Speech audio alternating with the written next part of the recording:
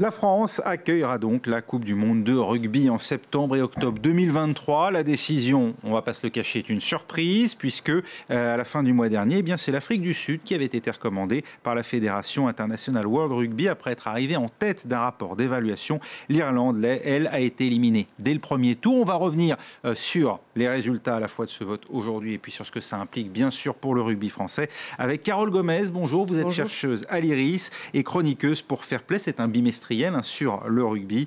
Vous avez écrit également un ouvrage sur la géopolitique du rugby. Merci d'être avec nous. Merci. Également à mes côtés, Benoît Perrochet, le chroniqueur sport de France 24. Et puis avec nous, au téléphone, en direct de Toulouse, Abdelatif Benazi, l'ancien capitaine du 15 de France. Vous avez évolué à un poste de 2e et 3e ligne centre. Vous avez joué également, bien sûr, en Coupe du Monde, on s'en souvient, en 91, en 95, la défaite sous la pluie contre les Springboks en demi-finale. Et puis 99, cette fameuse finale perdue contre l'Australie après une victoire magnifique contre les All Blacks. Merci Abdelatif Benazi d'être avec nous.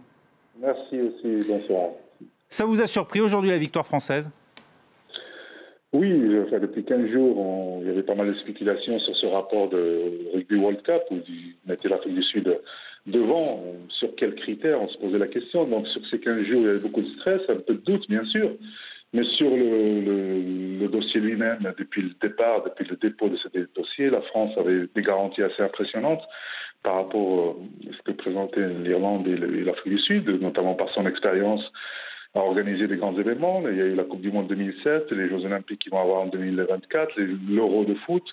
Donc des garanties assez extraordinaires sur ce plan-là, et puis surtout des garanties sur lesquelles le Rugby World Cup base beaucoup, c'est la garantie financière, puisque depuis les créations des Coupes du Monde, c'est la France qui a apporté le plus de garanties financières, qui a ramené plus d'argent à cette organisation, notamment en 2007. Donc, le dossier sur ce plan-là, il était solide. Maintenant, il y a eu cette évaluation qui a mis un peu de doute, mais bon, je crois qu'aujourd'hui, la logique a été respectée, et puis surtout... Cette évaluation, justement, la France classée derrière l'Afrique du Sud en matière d'accueil, de structure d'accueil, d'infrastructure, de lutte antidopage, de sécurité même. Du coup, Bernard Laporte a réagi, il est passé à l'offensive, une stratégie payante rétrospectivement. Oui, il a été très très combatif avec ses équipes. Il avait bien raison parce qu'il voulait avoir une réponse à certains critères. Alors sur l'organisation des événements, l'Afrique du Sud est aussi capable de faire de grands événements. Ils l'ont prouvé par la Coupe du Monde de football en 2010, par la Coupe du Monde de 95, la Coupe du Monde de rugby. Donc tout ça, ils sont assez solides. Mais sur le plan sécuritaire, même si notre pays a quelques petits soucis, mais enfin pas à la hauteur d'Afrique du Sud. Je connais très bien ce pays-là. Il y a des endroits qui sont sécuritaires, mais il y a des endroits où il y a 50 morts par jour. Donc il ne faut pas du tout mettre ça sur la même point d'égalité. Voilà. Et puis la France, par ça, son esprit d'accueil, le premier pays au monde sur le plan touristique, et puis surtout, je crois que moi, sur ce vote-là, la proximité aussi avec les autres pays européens a joué beaucoup, parce que se déplacer en Afrique du Sud dans une Coupe du Monde où 75% du rugby mondial se trouve en Europe, oui. Ça aussi a joué. Donc ça, c'est quelque chose qui est assez... On le savait, ça. On savait qu'on allait bénéficier du report des votes européens après la défaite de l'Irlande. En gros, il fallait passer au-delà d'un premier tour et on était sûr de l'emporter. Oui, exactement. C'est là où il y a eu la grosse surprise, où on dépassait l'Afrique du Sud par je ne sais pas combien de voix, 24 à 15, et ça a été quelque chose d'assez important. Bon, après le deuxième tour, on était sûr d'avoir beaucoup d'alliés, mais il avait bien raison, Laporte et ses équipes, de croire jusqu'au bout, de mettre la pression au Rugby World Cup, d'insister un petit peu sur cette, partenariat entre l'État et l'organisation de la Coupe du Monde, de la fédération, puisque l'État est les garants de tout ce qui est aspect financier, donc comme elle l'a fait en 2007. Donc notre dossier a été mis en avant d'une façon assez extraordinaire, et maintenant on est soulagé. Et maintenant, je dirais, le plus dur reste à faire, parce que préparer, avoir la Coupe du Monde en 2023, c'est une chose, mais avoir une grosse équipe de France compétitive et la gagner, on a eu cette occasion en 2007, on ne l'a pas saisie, donc cette fois-ci, il faudra retenir la leçon. Et on va en parler dans un instant. Vous restez avec nous, Abdelatif Benazi et Benoît Perrochet, notamment. On aura aussi des questions à vous poser. Carole Gomez, vous avez réagi sur la question de la France. La France récompensée d'une certaine manière pour être aussi une pourvoyeuse de moyens financiers en direction du rugby. Je vous ai senti sceptique. Non, ce qui est intéressant, c'était de voir un peu aussi quelle a été la stratégie qui a été menée. La campagne a été longue.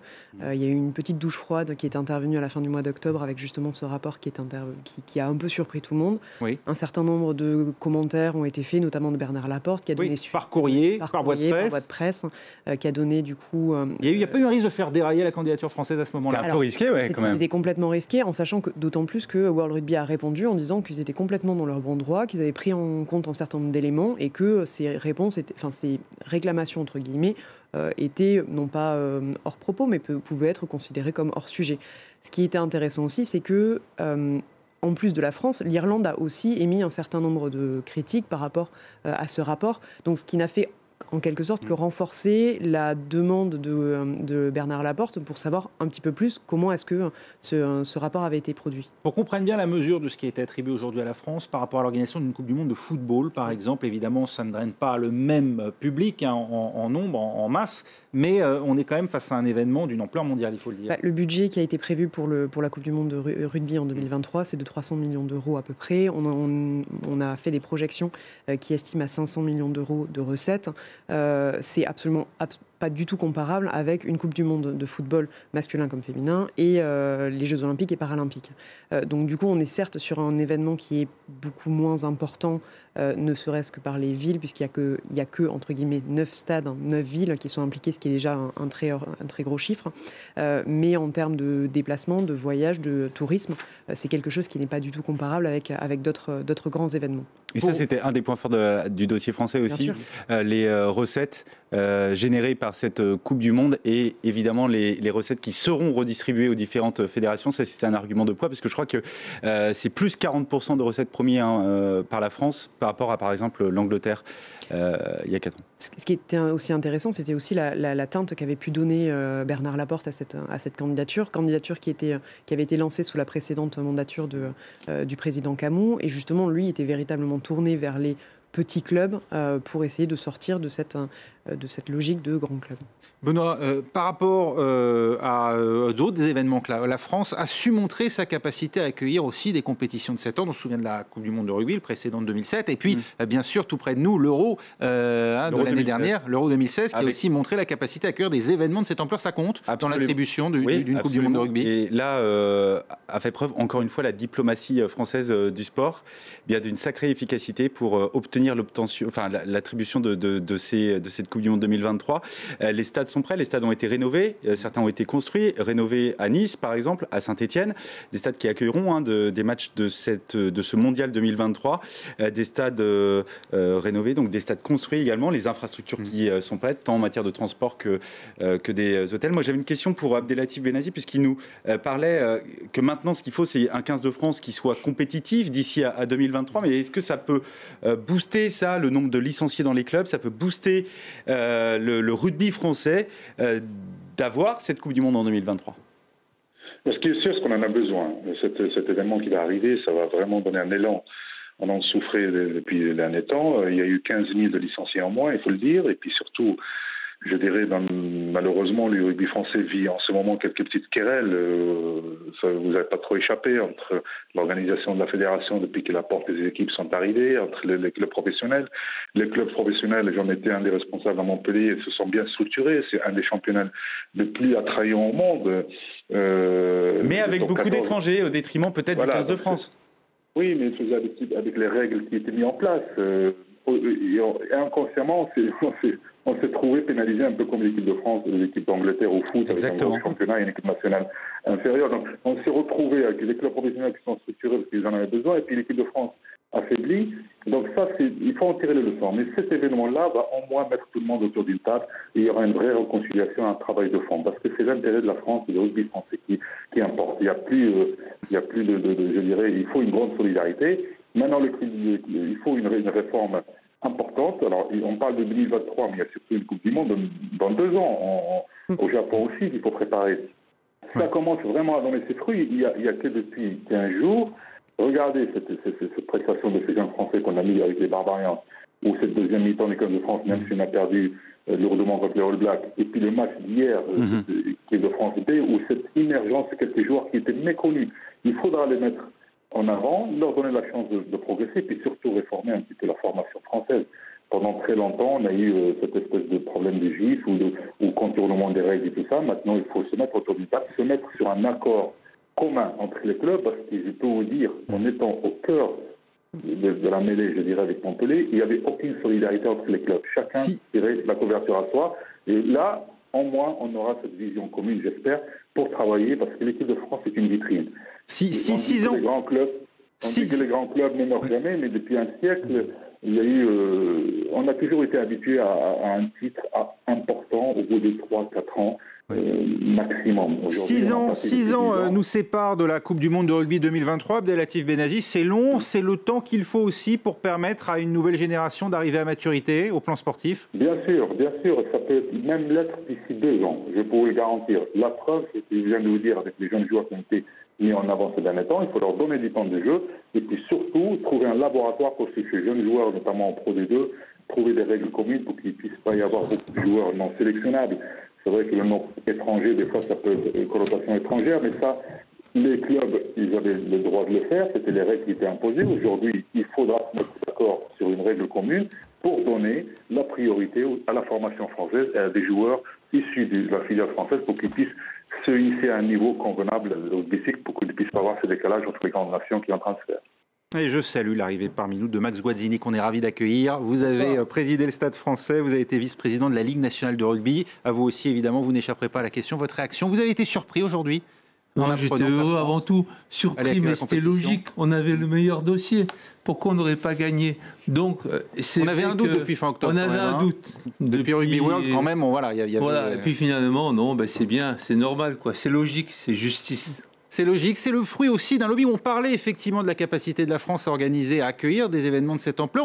On a eu un doute collectivement quand la France a raté la marche des JO 2012. Est-ce qu'on a appris de l'échec de cette époque-là? Est-ce qu'on sait maintenant faire du lobbying dans le camp français? Écoutez, je ne sais pas, mais je pense que peut-être que oui. En tout cas, c'était notre meilleur dossier. Et je crois que c'était plus difficile d'ailleurs que pour les JO 2024.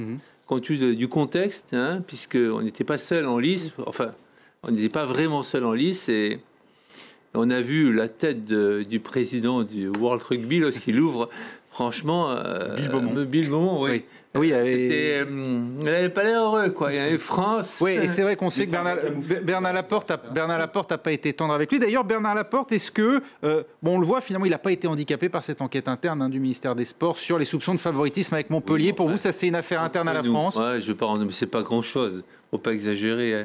Favoritisme, dire dans le rugby ça s'est toujours fait dans le passé. Non mais c'est vrai, céder comme ça c'était pas une grosse affaire. C'est vous les journalistes qui avez fait une grosse affaire. C'est la photojournaliste Carole Gomez. Non, mais pour le coup, l'enquête n'est pas encore rendue de la part de l'inspection générale. Il y a il est aussi le temps de laisser l'enquête se faire et se dérouler. Je pense que c'était vraiment sur 2 leviers différents. 2 dossiers différents, donc l'avantage c'est que l'un n'a pas complètement pollué l'autre. Ça n'a pas parasité la candidature française. Après on va voir ce que va donner le résultat de cette enquête. En revanche, je ne pense pas qu'il y aura grand-chose, honnêtement. Vous ne savez pas mettre... Non, c'est pas possible, quoi. Donc c'est pas possible. Qu'on soit d'accord ou pas d'accord, c'est pas possible. On ne va pas refaire, évidemment, l'affaire Laporte ici. Les capacités... la France, aujourd'hui, elle a la capacité, concrètement, d'accueillir cet événement. Encore une fois, on l'a dit, 6 ans, c'est long. On a le temps de le faire. Mais on a vu sur les JO à quel point, dans la candidature 2024, on était soucieux d'annoncer qu'on avait déjà tout construit à peu près, qu'il n'y aurait pas besoin de construire de l'inutile et donc d'engager des fonds. Et on sait parfois que les budgets explosent par rapport au prévisionnel.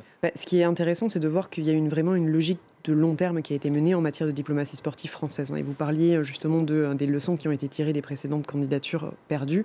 Il y a vraiment eu un tournant juste après ce camouflet en 2005. Il y a eu une vraie réflexion qui a été menée, et surtout avec la nomination d'un ambassadeur pour le sport à partir de 2013, qui a véritablement institutionnalisé le fait qu'une diplomatie sportive avait un sens.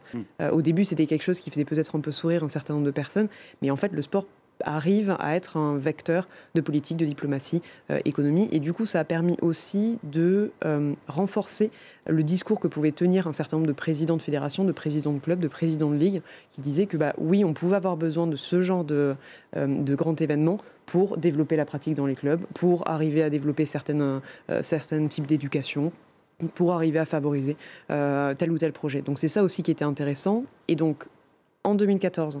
En 2016, on aura accueilli, en 2015 même, on aura accueilli la Coupe du Monde de rugby féminin. 2016, l'Euro 2016 de football. 2019, la Coupe du Monde football de féminin en France. 2023, la Coupe du Monde de rugby masculin, et 2024, les Jeux Olympiques et Paralympiques. Donc au final, ça s'inscrit vraiment dans une espèce de montée en puissance. Et c'est ça qui est aussi intéressant, c'est de voir comment est-ce que tel événement qui a été fait... Les Français vont être obligés de se mettre au sport. C'est dans le programme d'Emmanuel Macron que les Français pratiquent davantage de sport, là, avec autant de disciplines sportives et d'événements comme ça internationaux. Forcément, les Français vont courir dans les salles de sport. Abdelatif Benazi, l'intérêt, c'est celui aussi peut-être d'améliorer globalement le niveau. Et on pense évidemment en premier lieu à celui du 15 de France. Ça crée une motivation supplémentaire? Oui, bien sûr. Surtout mon ami Max Guazzini, il faut qu'il revienne reprendre un club. Parce que ce qu'il a fait au championnat de France avec 80 000 spectateurs pour un match du championnat, il faut quand même que ça a été une première au monde. Alors, je te salue, mon cher ami. Non, bien sûr que ça va booster. Ça, c'est quelque chose dès samedi. Vous savez, déjà, il y a un combat politique avec l'Afrique du Sud sur la candidature de 2023. Là, il y aura un match sur le terrain, entre le terrain, une revanche de la défaite du 15 de France l'été dernier en Afrique du Sud. Les Sud-Africains vont venir samedi motivés parce qu'ils perdaient et tout ça. Donc, ça, c'est quelque chose qui va vous donner un espoir énorme. Le fait de recevoir un événement, de jouer devant ses spectateurs, son public, sa famille, etc., ça, c'est quelque chose qui va déjà se mettre dans la tête et ça donner des objectifs à beaucoup de joueurs, jeunes joueurs, d'y être le jour J. Benoît Perrochet. Oui, dans la hiérarchie mondiale, Abdelatif Benazi, le 15 de France, il représente quoi? Si la Coupe du Monde, elle devait avoir lieu aujourd'hui, on serait éliminé à quel stade? On ne sait pas, il faut voir un petit peu. Je pense qu'on est à notre place aujourd'hui. On en a parlé, on en a dit depuis des mois que c'est tout le retard qui a été pris. Il y a eu ce changement, Bernard Laporte est arrivé, il a des ambitions, il a des réformes à faire. Il veut mettre l'équipe de France en avant. Par rapport, il a été un petit peu délaissé. C'est vrai qu'il y a eu quelques erreurs par le passé. On a été peut-être cette erreur d'être en finale en 2011. On pensait que le rugby français allait bien, mais en fin de compte, c'était l'arbre qui cachait la forêt. Il y avait beaucoup de réformes à faire. Au jour d'aujourd'hui, les clubs, comme je disais, se sont bien structurés, sont stabilisés. Ils ont une structure très professionnelle. L'équipe de France, pas encore, mais il faudra en tirer les leçons pour préparer une équipe de France forte parce qu'on en a besoin. C'est la vitrine du rugby français. On ne peut pas se passer d'une équipe nationale. Personne ne comprendrait. On a les infrastructures, on a un championnat qui est très fort, on a tout ce qu'il faut, mais on ne peut pas se permettre de ne pas avoir la vitrine qui gagne un titre tous les 2 ans, tous les 3 ans, comme elle l'a été dans les années 2000 ou 90 ou avant. C'est important, Max Guazzini, pour relancer la pratique aussi du rugby en France, lui donner un second souffle. Vous comptez jouer un rôle, vous, dans l'organisation d'ailleurs de cet événement? Pas spécialement. Moi, je suis un supporter, c'est tout. Mais c'est vrai qu'on a gagné. Et je pense que la prochaine Coupe du Monde, c'est au Japon, qui est un pays pas très important à l'heure actuelle, où il y a une bonne équipe, mais enfin, c'est pas encore le sport numéro 1. Et après l'Angleterre, il y a 2 nations majeures dans l'hémisphère nord, l'Angleterre et la France. C'était bien que ce soit la France, c'était une logique, je dois le dire, mais ce n'était pas évident. Maintenant, pour répondre à votre question, effectivement, la pratique, oui, ça peut l'encourager, à condition que les municipalités mettent des stades à disposition des écoles, qu'il y ait des terrains synthétiques tout au moins, voilà. Et surtout que maintenant, on a la Coupe du Monde, maintenant, il faut la gagner. Il faut que l'équipe de France se donne les moyens de gagner cette Coupe du Monde. Sans refaire l'histoire, la professionnalisation du rugby et donc le caractère athlétique de ce sport, ce qu'il est devenu, est-ce que là aussi ça ne dissuade pas peut-être beaucoup de parents d'inscrire leurs enfants de peur des chocs, des bobos comme on dit? Je ne pense pas parce que moi je vois par exemple au Stade français, on intervient auprès de moi toujours pour inscrire, parce que c'est toujours complet les écoles de rugby. C'est une bonne école de la vie. L'apprentissage de les valeurs du rugby comme on dit. Oui, tout à fait. Je pense que quelqu'un qui a fait du rugby, on le reconnaît toute sa vie par la suite et je pense pas seulement la carrure parce qu'il y a la place pour tout le monde dans une équipe de rugby. C'est ça qui fait son charme et sa force. Carole Gomez, c'est vrai que le rugby bénéficie d'une image, en tout cas ici en France, qui est sans commune mesure avec celle dont parfois le football est malheureusement entaché. Ce qui est intéressant, c'est justement de voir qu'au début, c'était peut-être le rugby, on le trouvait plutôt dans un quart sud-ouest. D'ailleurs, ça me fait beaucoup plaisir d'être avec Abdelatif Benazim étant moi-même d'Agen, donc j'ai suivi pendant toute ma jeunesse les exploits du capitaine. Parenthèse fermée. Ce qui est intéressant, c'est de voir aussi que ça s'est complètement démocratisé. Au début, c'était vraiment pratiqué plutôt dans le sud-ouest, plutôt par une famille qui avait déjà eu un père, un frère qui avait joué au rugby. C'est plus du tout le cas et on le voit avec des clubs qui aujourd'hui. Il y a aussi le Stade français à Paris qui est au final un club historique. Il y a eu le club de Massy qui se développe. Il y a des clubs en Bretagne. Il y a le club de Rennes. Il y a le club de Vannes. Il y a aussi le rugby féminin qui est de plus en plus en train de se démocratiser. Et il y a aussi cette idée. On a vu après 2007, pardonnez-moi, un sursaut du nombre de pratiquants. Alors si mes souvenirs sont bons, j'ai plus exactement les chiffres en tête de la fédération de rugby, mais on a vu en tout cas le chiffre. Abdelatif Benazi. 400 000, moins 15 000 qu'on a perdu les 2 dernières années. On a perdu 15 000 les 2 dernières années. Mais du coup, ce qui est intéressant, c'est de voir au cours le lendemain des Coupes du Monde, voir un espèce de sursaut qui peut-être se réduit par la suite, mais de voir cet intérêt aussi, qui est aussi calqué sur les bonnes performances de clubs français ou du 15 de France. Mais ça se développe en France. Est-ce que ça se développe dans d'autres pays qui ne sont pas des... Parce qu'on imagine que le rugby a envie de s'internationaliser, d'ouvrir d'autres marchés, d'autres territoires. Est-ce qu'il y a des pays...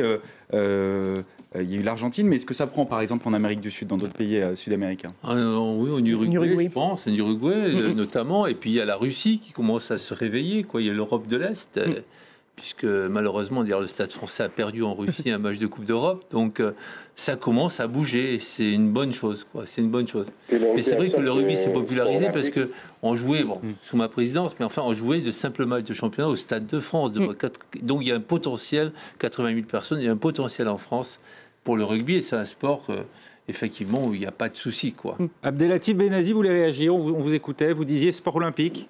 Moi, je disais que depuis que le rugby à 7 aussi également est sport olympique, c'est quelque chose qui est arrivé maintenant beaucoup plus facilement en Afrique par rapport à certains gabarits, en Asie, et ça commence à être un peu universel. Donc c'est une étape importante pour ces pays-là, pour qu'ils puissent acquérir la culture avant de passer à 15. Mais ça a vocation à devenir universel dans le futur, parce que d'abord c'est un sport généreux, extraordinaire, mais un sport très médiatique maintenant.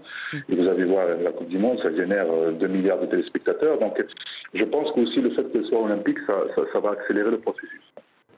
Ouais, j'aurais même plus tendance à croire en l'internationalisation du rugby à 7 qui sera beaucoup plus rapide, compte tenu plus spectaculaire et plus facile aussi. Et on le voit pendant les compétitions qui sont organisées dans le Sevens. On voit le match d'ouverture, c'est un Kenya contre Portugal qui est suivi d'un États-Unis contre Japon et d'un Roumanie-Géorgie.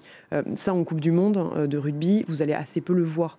Il y a de nouveaux pays qui interviennent. Vous avez cité le Japon, il y a aussi la Roumanie, la Russie, la Géorgie, le Portugal, l'Uruguay aussi est aussi important. Mais je pense que cette internationalisation prendra peut-être un peu plus de temps aussi, puisqu'il y a des clubs et surtout des pays qui sont extrêmement en avance sur cette pratique de rugby à 15. Et donc il faudra beaucoup plus de temps pour un certain nombre d'autres pays pour le rattraper. Tout le monde ici se souvient de la victoire de la France devant son public à domicile en finale de la Coupe du Monde de football en 98. Une victoire de la France en 2023 devant son public en Coupe du Monde de rugby. Elle aurait un effet, d'après vous, un coup de fouet comparable pour l'optimisme? Parce que c'est vrai qu'à l'époque, il y avait une traduction immédiate dans l'économie, en politique même, on s'en souvient. Je vois par exemple la précédente, avant l'Angleterre, Coupe du Monde qui avait lieu en Nouvelle-Zélande. Les matchs se jouaient le matin.